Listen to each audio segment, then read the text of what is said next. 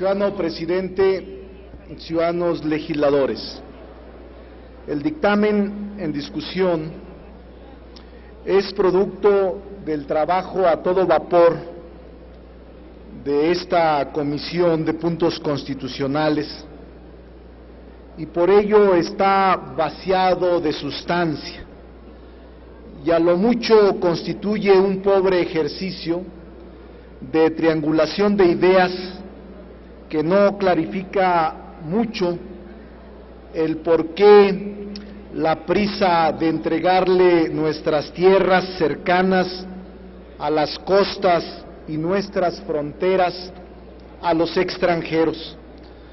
Se encuentra en el dictamen dos grandes defectos. El primero, la naturaleza fugaz con que pretende ser aprobado, y el segundo, la pobre argumentación con que pretende ser sustentado, consecuencia del primero.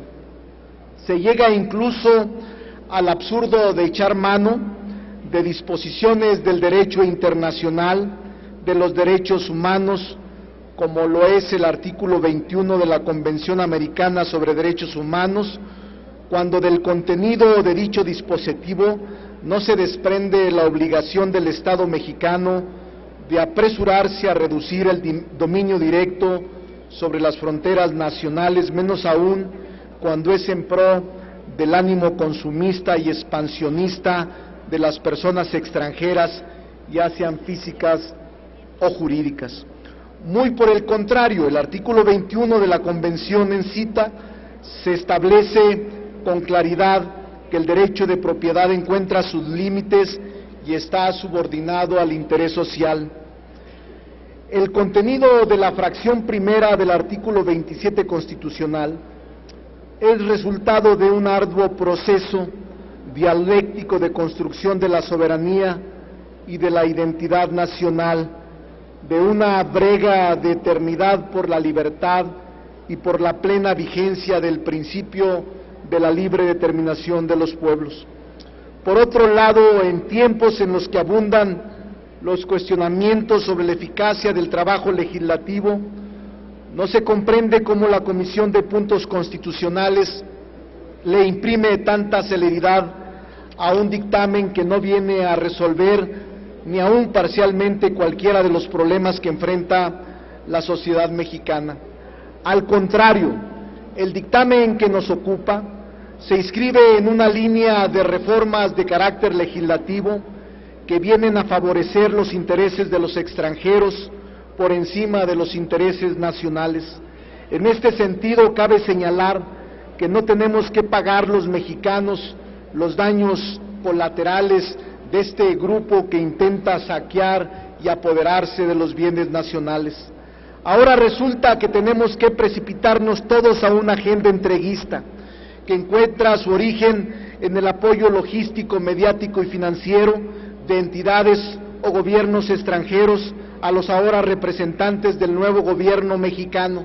Este grupo de neoliberales jóvenes, corruptos y frívolos, que no tienen historia y que no tienen preparación ni tampoco ningún sentido nacionalista.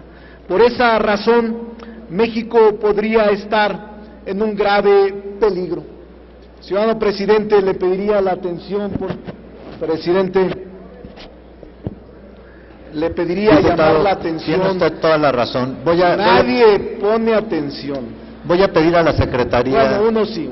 Bueno, lo hago yo mismo, pedir a la Asamblea pues que podamos guardar silencio para escuchar al orador, a nuestros invitados lo mismo, y pido aquí a nuestros auxiliares parlamentarios que nos ayuden también liberando los pasillos de la gente que no es diputado para que podamos llevar en orden nuestra sesión. Continúe, diputado. Es que, ciudadano presidente, por ratos frecuentes, este poder soberano se transforma en un soberano desmadre. Y es que el tema que estoy comentando es muy grave. Muchos pensarían que es una discusión más. No es así, señores diputados, señoras diputadas. Es una iniciativa apresurada pero sobre todo, ¿saben cuál es el contenido? Que a partir de que ustedes lo aprueben la mayoría con nuestro voto en contra, los extranjeros podrán ser dueños de playas, viviendas ubicadas en la frontera, y habrá de quitarse la restricción constitucional que durante casi 100 años está en el 27 constitucional. Es muy grave lo que se está haciendo. No es cierto que las condiciones hayan cambiado. Y les voy a decir por qué. Por cierto, presidente, ante la falta de atención le pediría plasme en el diario de debates un documento que he preparado por lo delicado de esta disposición que pretende modificarse en el artículo 27 constitucional. Con mucho gusto, diputado. El 25 de noviembre de 1911, les recuerdo, señores, Emiliano Zapata proclamó el Plan de Ayala escrito por aquel lúcido revolucionario intelectual Díaz Soto y Gama. Ahí se sentaron las bases que ahora ustedes quieren destruir.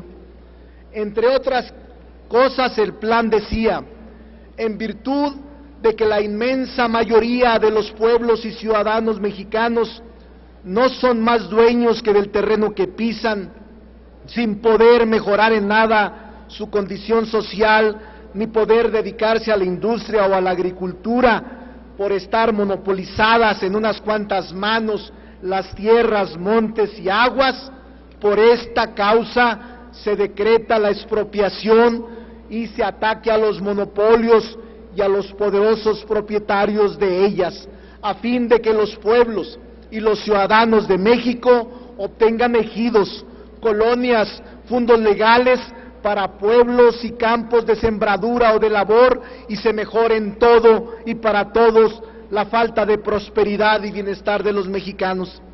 Este histórico documento que generaron algunos de los más dignos mexicanos fue creado sobre las bases de la justicia social y del reconocimiento de que la propiedad de todas las tierras y aguas mexicanas reside originalmente en la nación, reside en los mexicanos en su conjunto, en el sentimiento de nacionalismo que nos une como tales.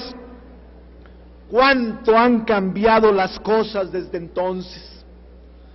¿Cuánto ha cambiado México desde aquellos tiempos en los que el poder constituyente, estas cámaras, determinaban que esta nación y este territorio le pertenecían al pueblo, y que es el pueblo el que debe de disponer de la tierra, porque es el que la trabaja, porque es quien la vive, igual que sus padres la vivaron y trabajaron antes que ellos. Sin duda, ahora el poder constituyente, estas cámaras han cambiado, ya no es más ese conjunto de hombres y mexicanos dignos que en todo veían por su pueblo. Ya no se ve más el poder legislativo por el bien de los mexicanos.